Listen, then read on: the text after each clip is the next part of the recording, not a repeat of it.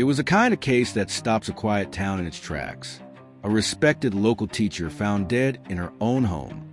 A single suspect arrested within 48 hours. A community instantly divided. And a trial that would stretch the limits of what 12 strangers could agree upon.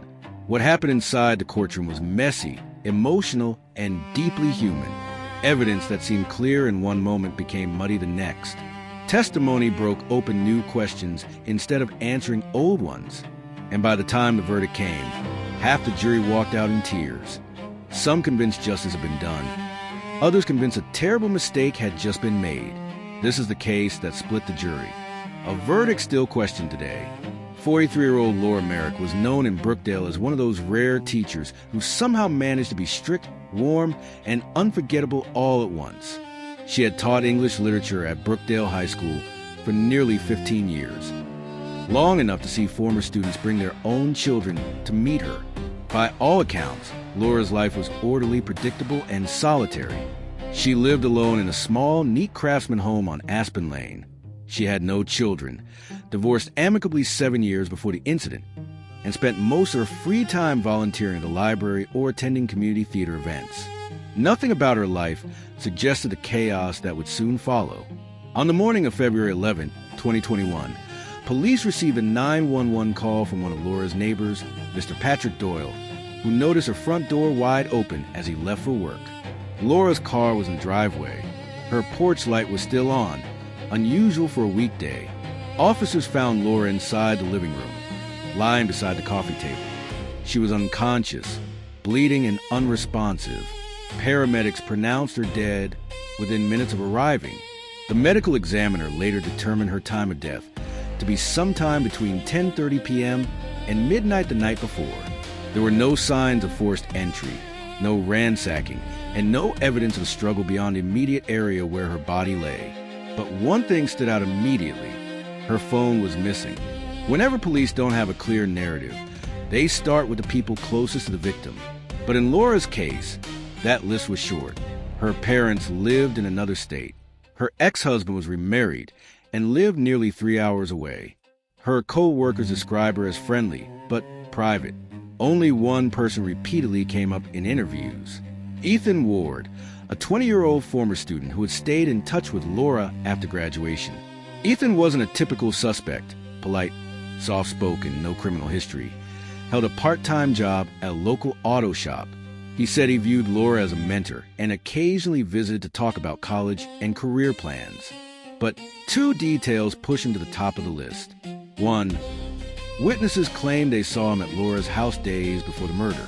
Two, he admitted he had visited her the night she died, between 9:30 and 10 p.m.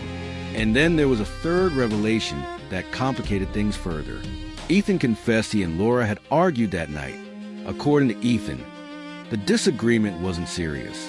He told investigators, "I came over because I was frustrated about my classes. She said I needed to take school more seriously. It escalated a bit. Then I left. She was fine when I walked out." He said he left before 10 p.m., walked home, a 25-minute walk, and didn't return. But there was a problem. A neighbor reported hearing raised voices inside Laura's home around 11 p.m., nearly an hour after Ethan claimed he had left. This single statement, unverified, uncorroborated, but emotionally compelling, shifted the early direction of the case. Investigators found no sign of Laura's phone anywhere in the house. To detectives, a missing phone often signals a personal crime, someone hiding messages, calls, or photos. When police asked Ethan if he knew where the phone might be, he said no, but phone records told a different story. Laura's phone connected briefly to a cell tower near Ethan's neighborhood shortly after midnight, 30 minutes after her presumed time of death. That was the moment prosecutors began seeing Ethan not as a witness, but as the prime suspect. On February 13th, just 2 days after the body was found, police arrested Ethan at his workplace. He didn't resist. He didn't ask for a lawyer right away. He just kept repeating, "I didn't kill her. I didn't go back there." The community reacted quickly and fiercely. Half of Brookdale believed the soft-spoken former student had snapped.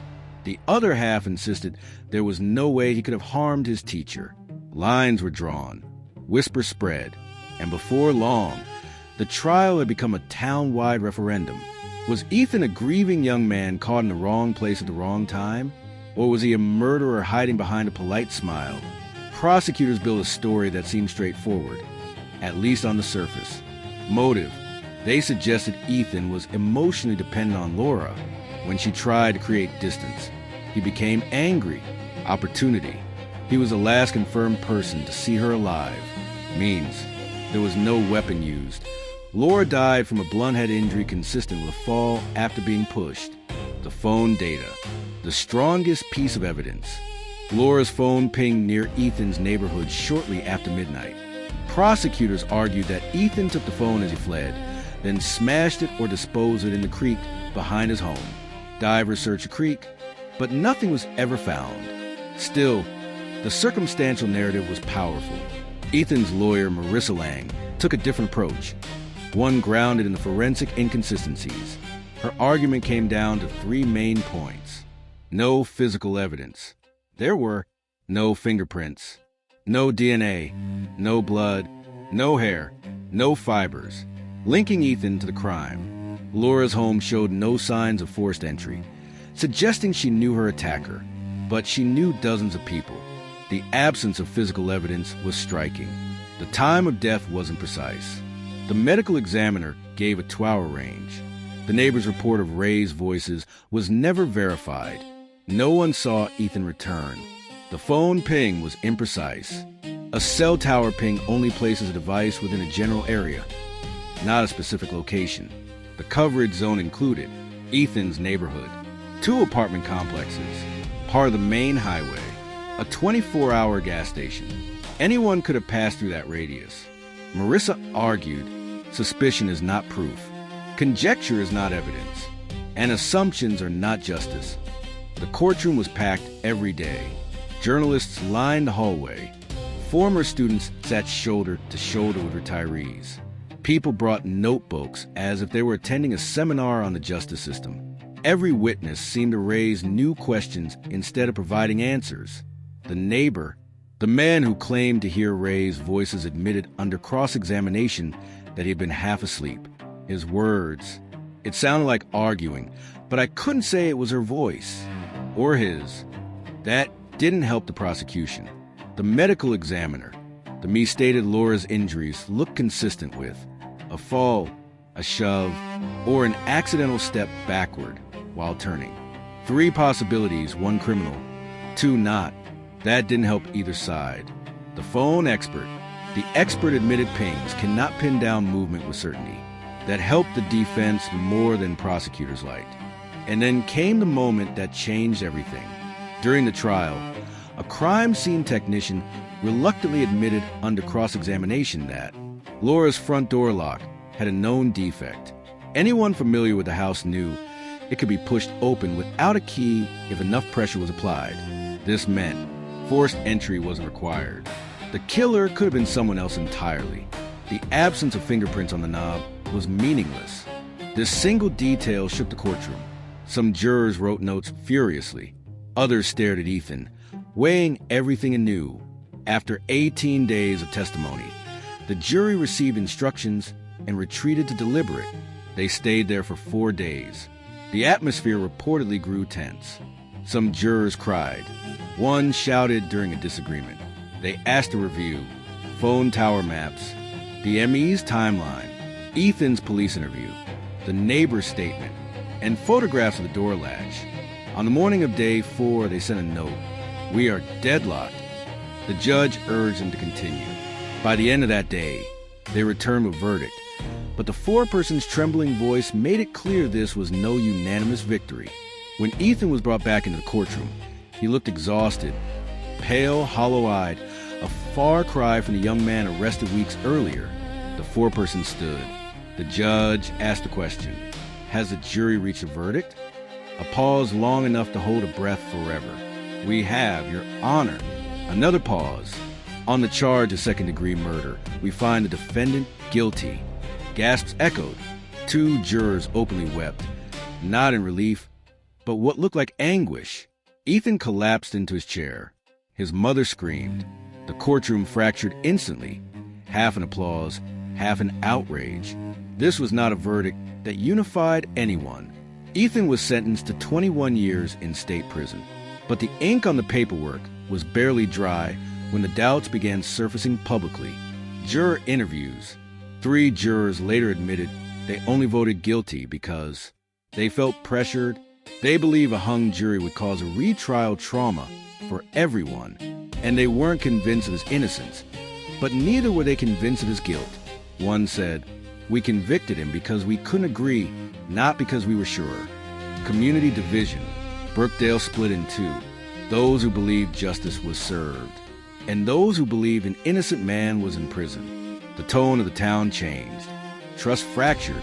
The police department faced criticism. Ethan's appeals.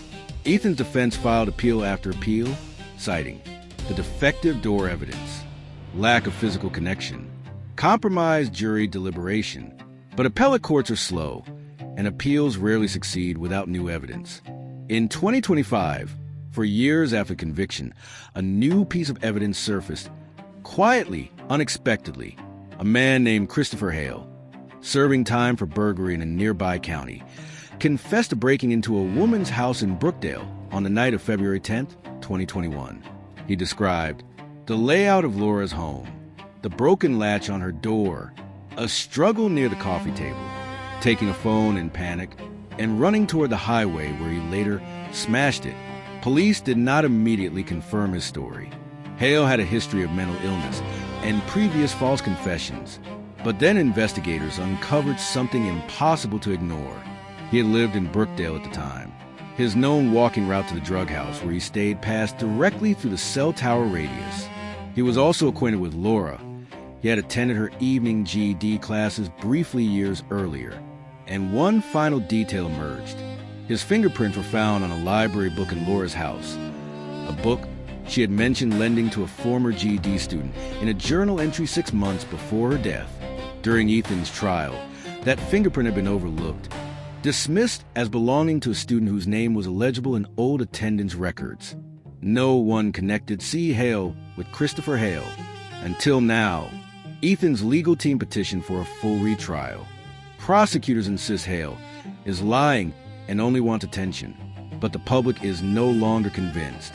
Independent legal experts have reviewed the case and agree on one thing: the evidence against Ethan was always thin, and the new confession raises legitimate concerns. The case is now cited in legal seminars about jury pressure, circumstantial evidence, tunnel vision in investigations, and the dangers of a missing phone becoming the sole narrative anchor. Meanwhile, Ethan remains in prison waiting, hoping, living in the limbo of a verdict that even the jurors struggle to believe in. And the most haunting question remains: did the justice system convict a murderer, or did it fail 2 people, the victim and the accused? The truth is still uncertain. The doubt is as strong as ever. And that is why this is the case that split the jury, a verdict questioned to this very day. Don't forget to like and subscribe to the channel for more true crime story.